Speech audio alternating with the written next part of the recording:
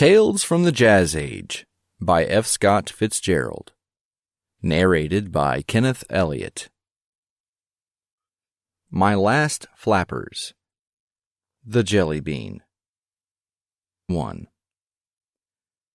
Jim Powell was a jelly bean.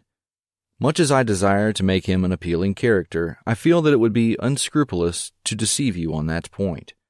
He was a bred in the bone, dyed in the wool, 99 3/4% jelly bean, and he grew lazily all during jelly bean season, which is every season, down in the land of the jelly beans, well, below the Mason-Dixon line. Now, if you call a Memphis man a jelly bean, he will quite possibly pull a long, sinewy rope from his hip pocket and hang you to a convenient telegraph pole. If you call a New Orleans man a jelly bean, he will probably grin and ask you who is taking your girl to the Mardi Gras ball. The particular jelly bean patch which produced the protagonist of this history lies somewhere between the two. A little city of 40,000 that has dozed sleepily for 40,000 years in southern Georgia, occasionally stirring in its slumbers and muttering something about a war that took place sometime, somewhere, and that everyone else has forgotten long ago. Jim was a jelly bean. I write that again because it has such a pleasant sound, rather like the beginning of a fairy story, as if Jim were nice.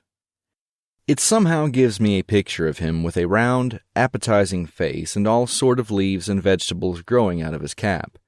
But Jim was long and thin and bent at the waist from stooping over pool tables, and he was what might have been known in the discriminating North as a corner loafer. Jelly bean is the name throughout the undissolved Confederacy for one who spends his life conjugating the verb to idle in the first person, singular. I am idling, I have idled, I will idle. Jim was born in a white house on a green corner.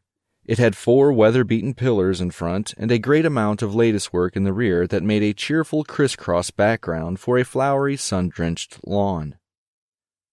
Originally the dwellers in the White House had owned the ground next door, and next door to that, and next door to that, but this had been so long ago that even Jim's father scarcely remembered it. He had, in fact, thought it a matter of so little moment that when he was dying from a pistol wound got in a brawl, he neglected even to tell little Jim, who was 5 years old and miserably frightened. The White House became a boarding house run by a tight-lipped lady from Macon, whom Jim called Auntie Mammy and detested with all his soul. He became 15, went to high school, wore his hair in black snarls, and was afraid of girls. He hated his home, where 4 women and 1 old man prolonged an interminable chatter from summer to summer about what lots the Powell place had originally included and what sorts of flowers would be out next. Sometimes the parents of little girls in town, remembering Jim's mother and fancying a resemblance in the dark eyes and hair, invited him to parties.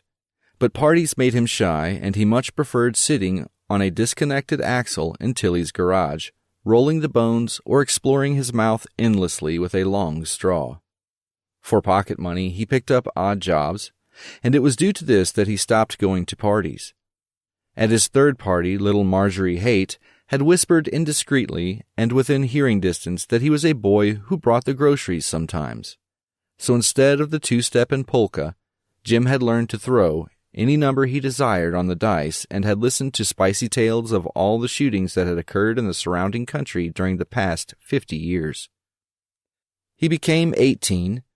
The war broke out, and he enlisted as a gob and polished brass in the Charleston Navy Yard for a year. Then, by way of variety, he went north and polished brass in the Brooklyn Navy Yard for a year.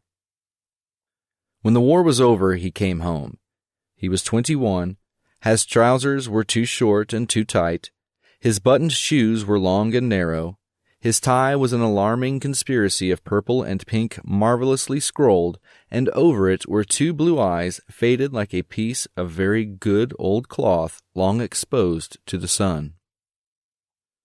In the twilight of one April evening when a soft gray had drifted down along the cotton fields and over the sultry town, he was a vague figure leaning against a board fence, whistling and gazing at the moon.